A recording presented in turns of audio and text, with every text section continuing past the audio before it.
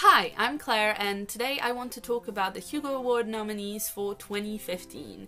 The list of Hugo Award nominees for this year was announced last night, and a lot of people, myself included, are quite angry about it. For those of you who don't know, the Hugo Awards are a set of awards given out every year to celebrate the best in science fiction and fantasy, literature, and media.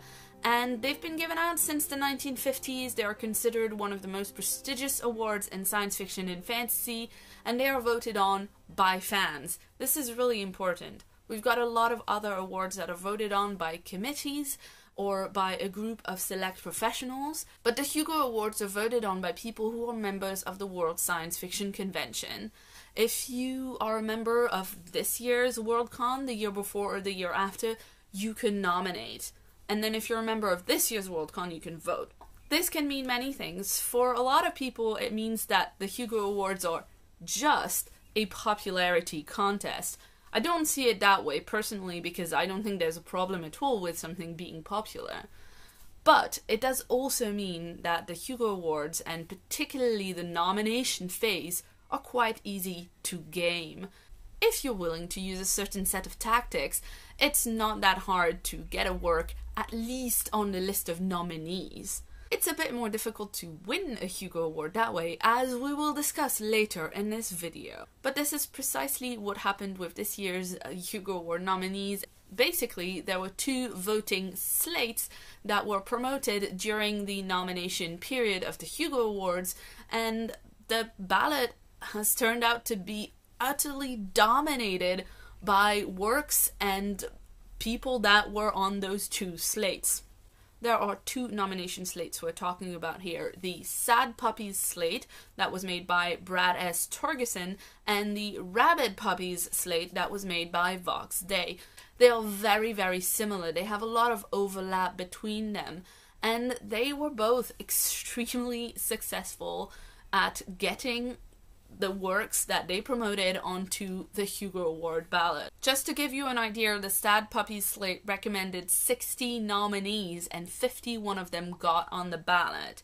The Rabid Puppies slate recommended 67 nominees and 58 of them made the final ballot. On the final list, we've got 61 nominees that have come from these two lists, and 24 final nominees that did not come from either list. These guys got almost 3 times as many things on the ballot as the rest of the electorate put together. Is it really that important? Well, a lot of us care deeply about the Hugo Awards. A lot of us put an enormous amount of stock behind who wins a Hugo Award, and for a lot of writers, it's just an absolute dream to even be nominated for a Hugo, let alone to win. Now, it might not seem at all weird or irregular to see someone posting advice about what they think you should nominate for the Hugos. However, there is a huge difference in the method that was used.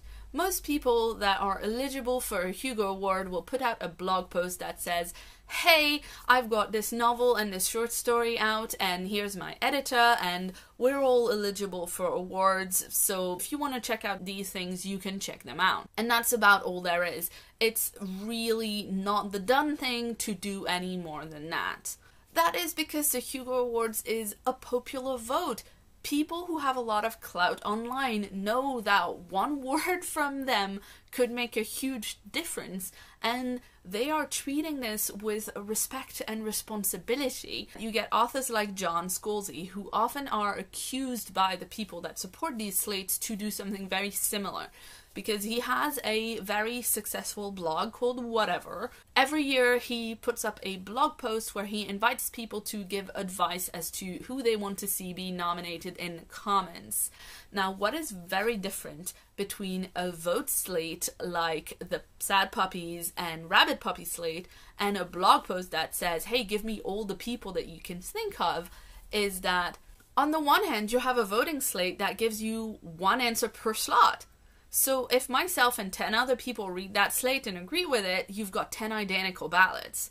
Now, on Scalzi's blog posts, you've got dozens and dozens of works and writers and editors being put out there. And so if myself and 10 other people read that, we are likely to end up with wildly different ballots, because we get to pick and choose amongst a huge diversity that is promoted there. What about the people who are currently commenting on the Hugo Awards website, congratulating the Hugos for a well-rounded list of nominees, for new voices, for people we haven't heard from before?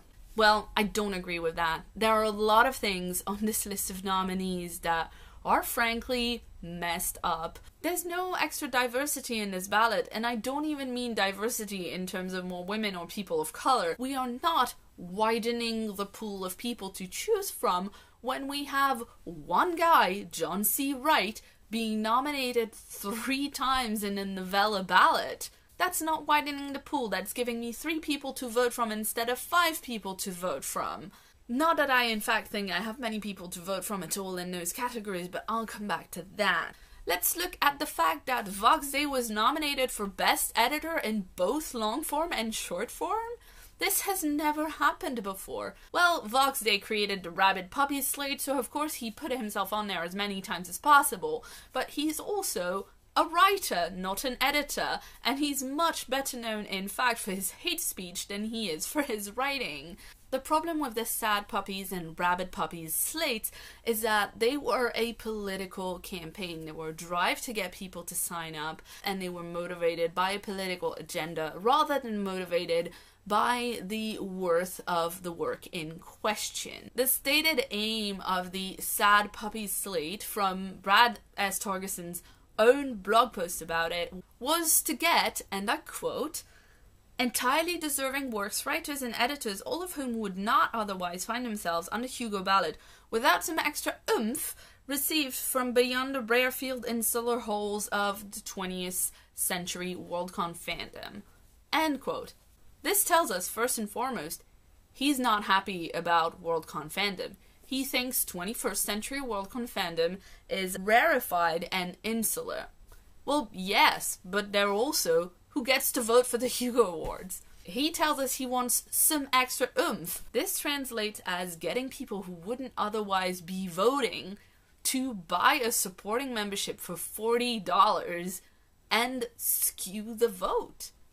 He's saying, I do not like the electorate for this award. I am going to broaden the electorate. This is the equivalent of redrawing the borders of a constituency so that you can have someone from your party win. It is just as skeevy, it is just as irregular, and it should be protested just as hard. I want to talk about what we can do now. We can't change the nominees list. It's come out, and now we've got to deal with it. So, what can we do? Well, if you're going to Sasquan, the 2015 Worldcon in Spokane, Washington, you can attend the World Science Fiction Society business meeting.